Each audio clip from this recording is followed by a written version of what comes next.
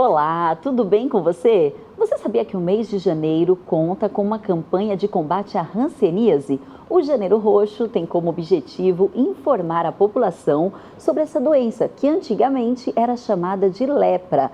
E quem vai ajudar a gente com dúvidas sobre a hanseníase é a dermatologista Paula Vilhena.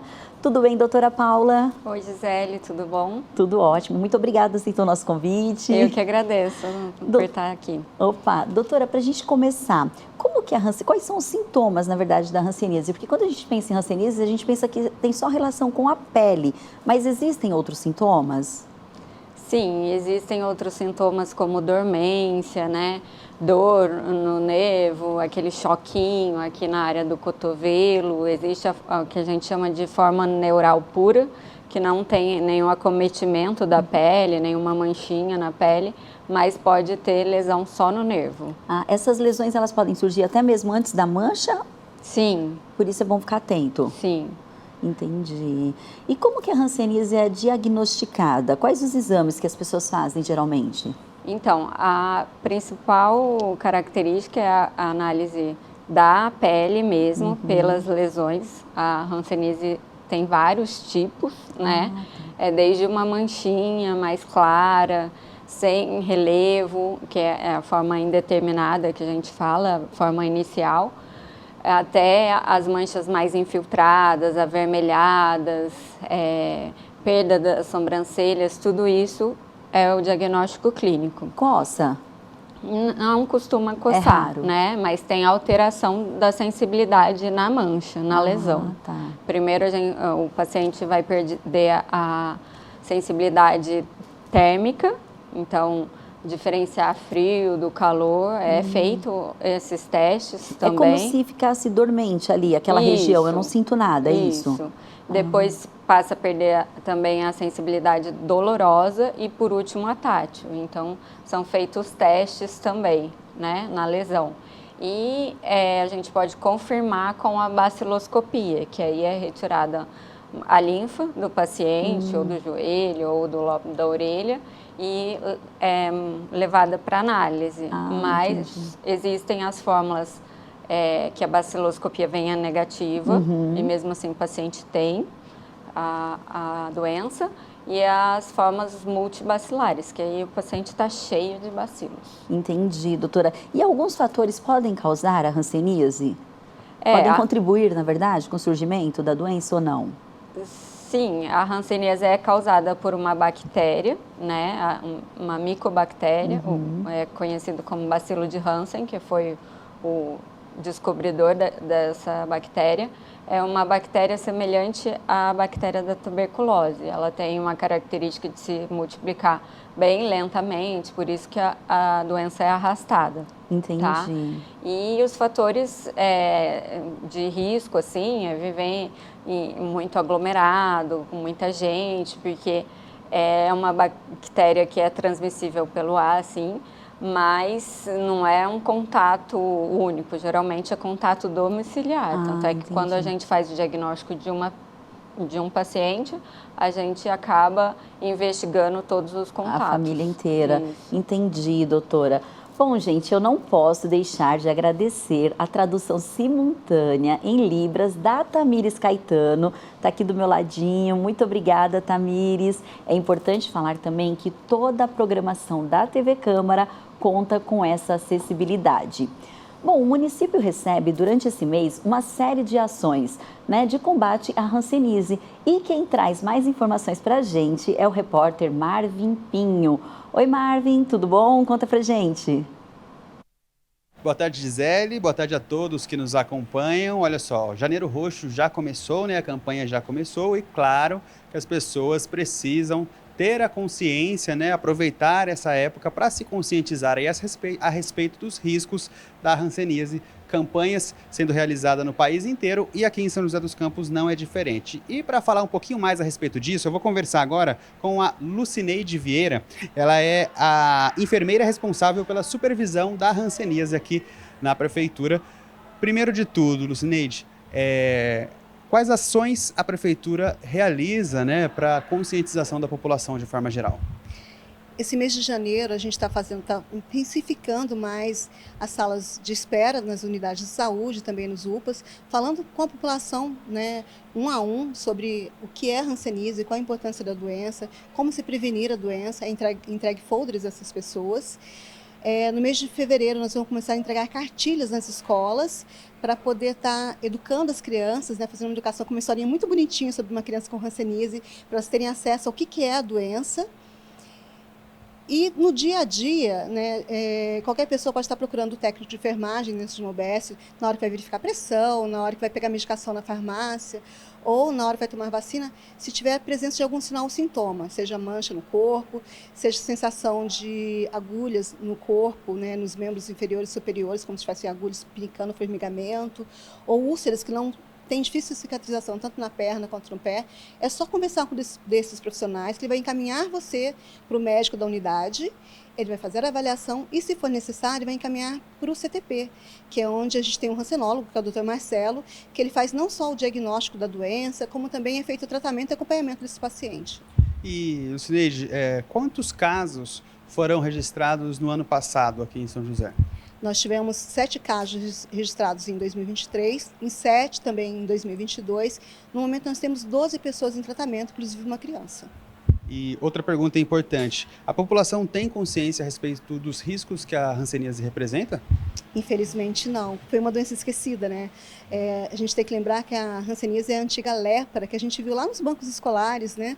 A gente não usa esse nome pelo estigma que a doença traz, porque as pessoas eram afastadas da sociedade por conta do medo que tinha de se pegar a doença, uma doença de transmissão respiratória, mas é uma convivência diária e por muito tempo, uma convivência longa, né? Só de você estar mesmo de todos os dias no ônibus com uma pessoa, você não pega, por exemplo. Mas se você tem alguém na sua família que tem a doença e não é tratada, e você convive com ela diariamente, você tem o risco de pegar sim. Só para reforçar, as pessoas podem aproveitar a campanha agora para procurar uma unidade de saúde, mas elas também estão de portas abertas o ano todo nesses casos, né? Sim, não existe data para você fazer isso. Qualquer momento que você perceba algum sinal ou sintoma que você tenha dúvida se pode ser hanseníase ou não, você pode estar procurando uma unidade de saúde que o médico vai te avaliar. Perfeito, muito obrigado, Lucineide. Então é isso, Gia.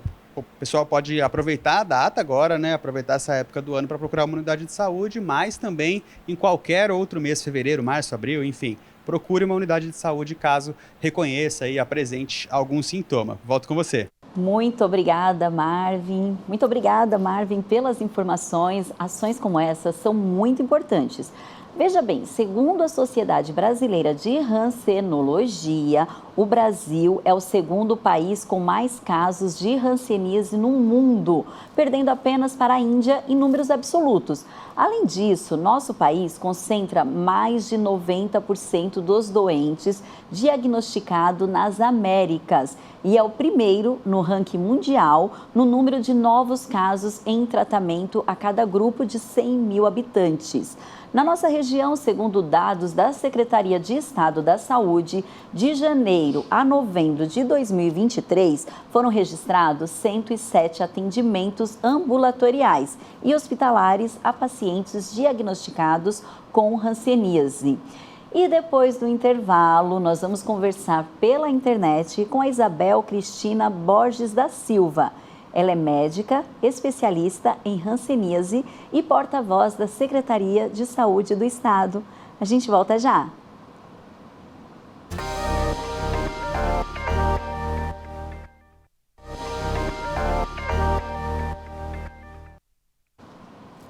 Estamos de volta. Combate à hanseníase é tema do De Bem com Você de hoje, com a dermatologista Paula Vilhena. Só que antes da gente continuar a entrevista aqui no estúdio, eu agora converso com a doutora Isabel Cristina Borges da Silva.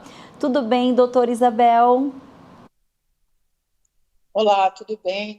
Boa tarde. Muito obrigada pela oportunidade. Ótimo. Doutora, por favor, como que essas campanhas de conscientização durante esse mês de janeiro podem contribuir para reduzir o preconceito em torno da hanseníase? A gente utiliza o mês de janeiro, isso é oficial, né, no Brasil desde 2016, para a campanha de conscientização. em relação ao combate à doença, né, em combate à hanseníase. A gente utiliza o mês de janeiro inteiro, né, e o último domingo do mês é o mês considerado o dia realmente de combate à hanseníase. A gente pretende, com isso, levar informação tanto à população quanto aos colegas profissionais de saúde em relação à doença, no que diz respeito a conhecer sobre a doença, a colocar essa doença dentro da nossa lista de diagnósticos diferenciais, a suspeitar da doença e para os pacientes, na presença de sinais e sintomas, que a gente vai conversar um pouquinho aqui, eu acho, tenho certeza, que eles procurem, né, a unidade de saúde, que eles procurem seu médico. A hanseníase tem cura e a medicação ela está disponível no serviço público. Doutora, a gente pode dizer que o preconceito ainda é um grande agravante da doença? Sim, a gente lida com um preconceito, né? É uma doença que é estigmatizada, como você falou no início, né? É a lepra, aquilo que a doença, a gente se referia a essa doença antes com esse nome, e isso carrega, mesmo mudando o nome da doença. Hoje a gente fala hanseníase, que é em homenagem ao cientista Hansen, que descobriu, né, o bacilo, mas mesmo assim ela carrega ainda o estigma. É uma doença que afasta o indivíduo da família, do ambiente de trabalho, do convívio social. E a gente sempre fala assim, olha, a gente só tem uma arma contra o preconceito, é ter conceito, né? A gente tem que conhecer a respeito da doença para que a gente perca esse preconceito. Acho que é o primeiro passo. Tá certo, por isso que é tão importante as políticas públicas, né? Vale ressaltar que tem tratamento gratuito. A gente pode falar um pouquinho sobre as políticas públicas realizadas aí para ajudar as pessoas, né, no tratamento? Sim, não só durante o mês de campanha, né, o mês de campanha de conscientização, mas durante o ano inteiro a gente promove a SBH, a Sociedade Brasileira de Hansenologia, ela tem um papel muito importante na promoção e no fomento dessas políticas de saúde, no que diz respeito principalmente à educação em saúde e à capacitação profissional. A gente acha que se a gente levar o conhecimento da doença à população e fizer a capacitação dos profissionais, já que a hanseníase é uma doença que está praticamente excluída dos currículos dos cursos de saúde universitários, né? Então, hoje a gente tem, assim, os alunos de todos os cursos de saúde têm no máximo uma aula sobre hanseníase, que são duas. E eu falo isso porque eu sou professora aqui da Unital, sou professora auxiliar da dermatologia e sou preceptora de internos e residentes no alto ambulatório de atendimento de hanseníase.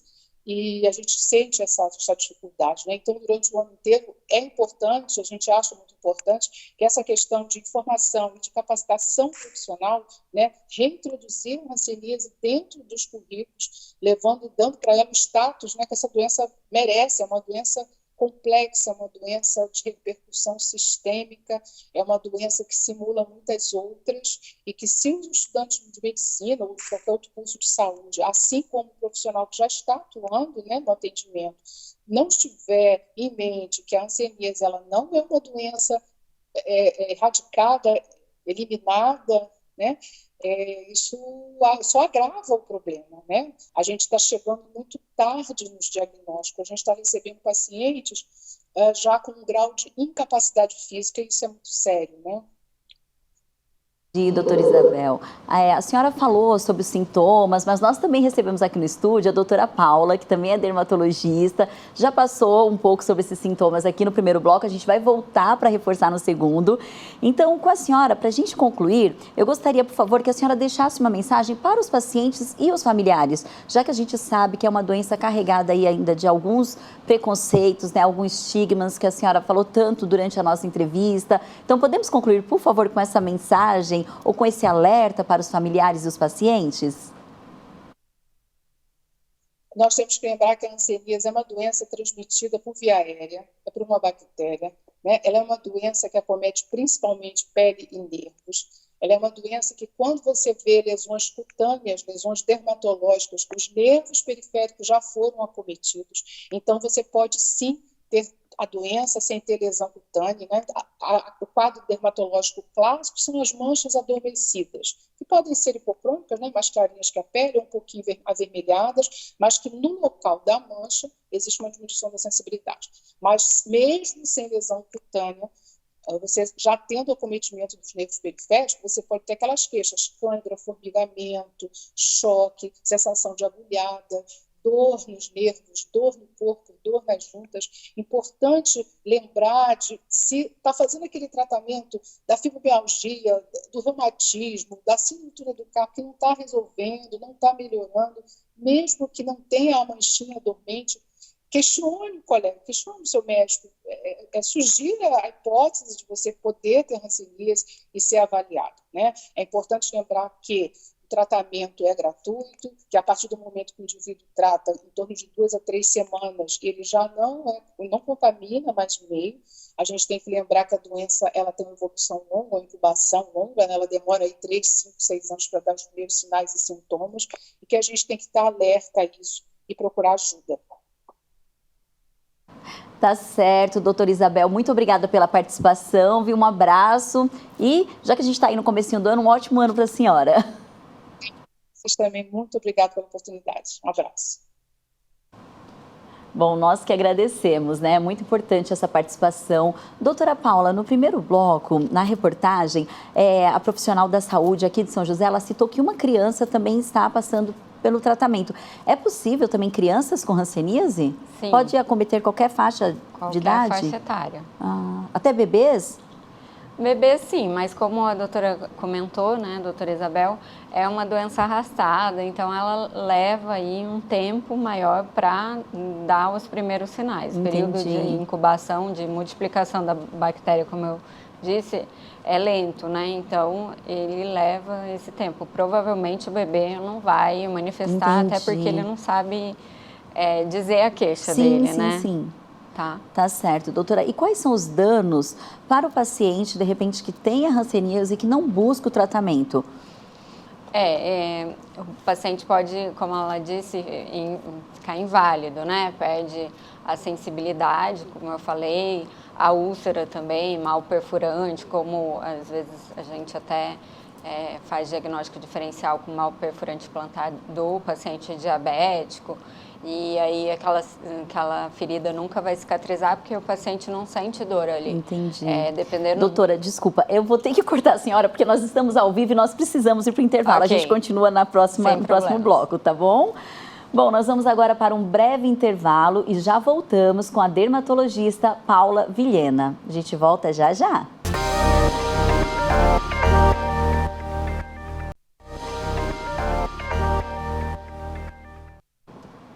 Estamos de volta. Janeiro Roxo, mês destinado à conscientização e combate à hanseníase, é tema do programa de hoje. Mesmo com controle e tratamento, a doença ainda é cercada de preconceitos. E a dermatologista Paula Vilhena é a convidada do programa de hoje para esclarecer as principais dúvidas sobre os tratamentos da hanseníase. Antes do intervalo, a gente estava conversando sobre os danos para as pessoas que, de repente, têm a doença e não buscam o tratamento. Por favor, doutora, pode concluir. Na verdade, vamos repetir os danos, por favor. Sim, os danos são principalmente do nervo, né, da musculatura.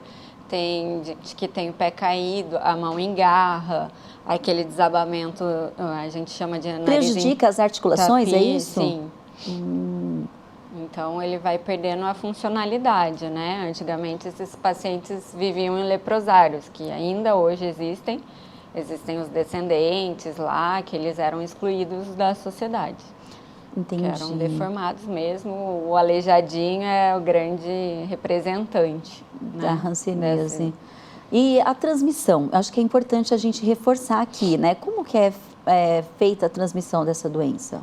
A transmissão é via aérea, né? Não é uma doença altamente contagiosa, precisa de um contato ali diário e também de uma imunidade que não consiga... é porque uma pessoa na casa tem que todos vão pegar. Exato. Se a imunidade dos outros estiverem boa ali, com a imunidade em dia, Isso, e Consegue cada pensar. paciente também vai ter vai desenvolver um tipo de hanseníase. Sim.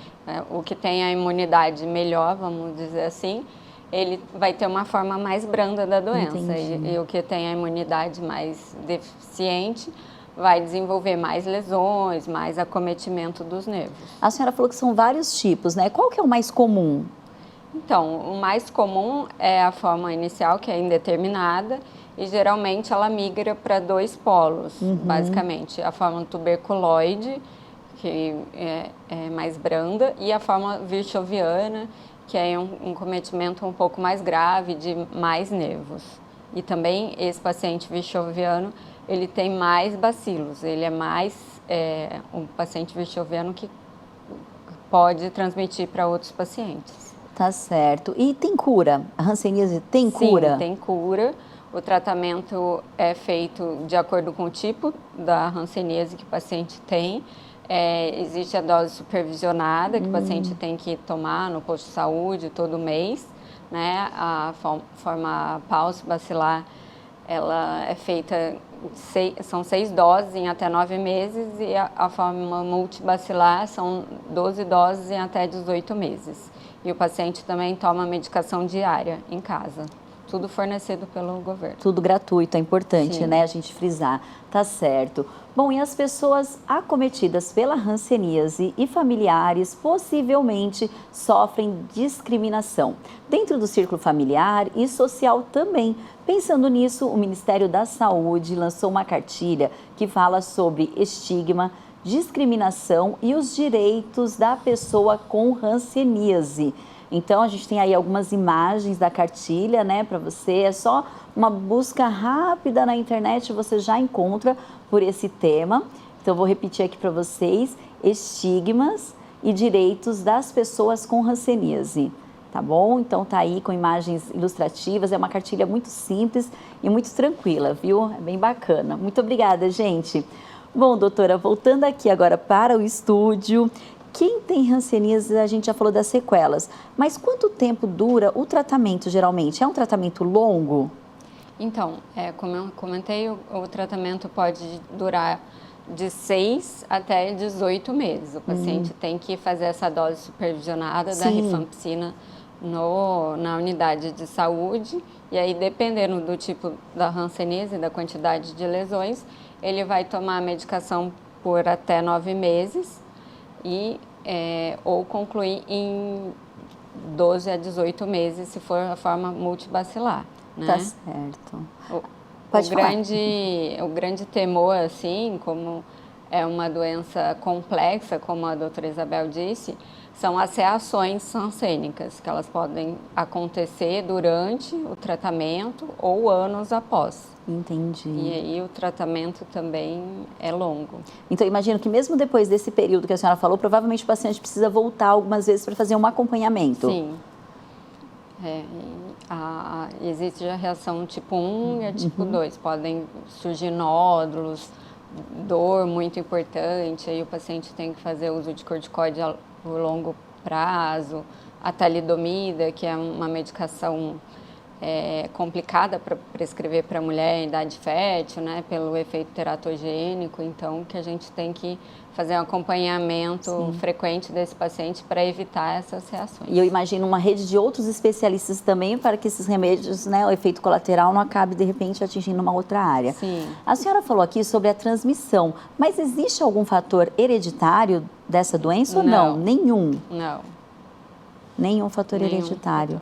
Tá certo. E quais as medidas, doutora Paula, que os familiares devem ter? Por exemplo, eu descobri que na minha família tem uma pessoa que está com hanseníase, que está passando pelo tratamento. Então, para a gente orientar agora os familiares.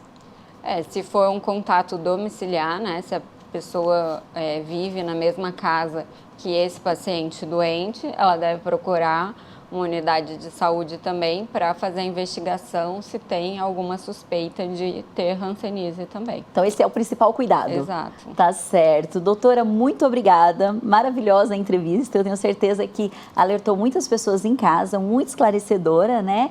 E ainda sobre a hanseníase, em abril de 2023, o governo lançou um comitê pela eliminação de doenças determinadas socialmente, com participação de 9 ministérios, sob a coordenação do Ministério da Saúde, que disponibiliza diagnóstico e tratamento da hanseníase nas unidades do SUS. Nós já falamos sobre isso daqui. A meta, gente, é eliminar a doença como um problema de saúde pública até 2030, antecipando em 5 anos a meta fixada pela ONU. Vamos torcer, né, doutora Paula, para que realmente isso aconteça. Sim, com certeza. Já é uma doença que aqui no Brasil ainda é muito prevalente, né? Tá certo. Então, muito obrigada, doutora. Eu que agradeço o convite. Vamos convidar mais vezes. Estou à disposição. O De Bem com Você de hoje fica por aqui. Acompanhe a gente por meio das nossas redes sociais. Até a próxima!